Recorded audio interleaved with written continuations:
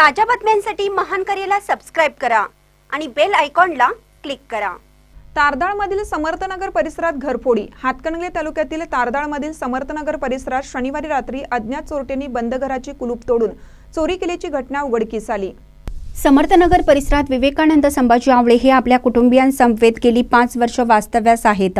शनिवारी रात्री अनंत चतुर्थी निमित्त गणपती दर्शन घेण्यासाठी विवेकानंद आवळे हे आपल्या कुटुंबियांसमवेत रात्री 7च्या सुमारास इचलकरंजी येथे गेले होते। याचाच फायदा घेत अज्ञात चोरट्यांनी बंद घराचं कुलूप तोडून घरात शिरले व चोरी करण्याचा प्रयत्न केला।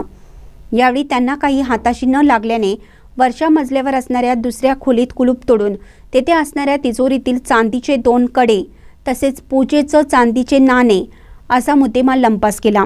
रात्री 1च्या सुमारास आवळे कुटुंबीय हे घरी परतल्यानंतर त्यांना सदर चोरी झाल्याची घटना निदर्शनास आली। तारदाळ परिसरात वारंवार अशा चोरीच्या घटना घडत असल्याने ग्रामस्थांमध्ये भीतीचं वातावरण निर्माण झालं आहे। मागील 15 दिवसापूर्वी तारदाळमधील मगदूम मळ्यात 2 घरात दरोडा पडला होता। यामध्ये अंदाजे 8 ते 10 लाख रुपयांचा मुद्देमाल चोराने लंपास केला होता। ही घटना ताजी असतानाच अशा प्रकारे चोरी होण्याचे प्रमाण वाढत आहे। त्यामुळे संबंधित पोलीस प्रशासनाने याकडे गांभीर्याने लक्ष द्यावं अशी नागरिकातून मागणी जोर धरू लागली आहे। महानकरी न्यूजसाठी बसगोंडा कडेमणी तारदाळ।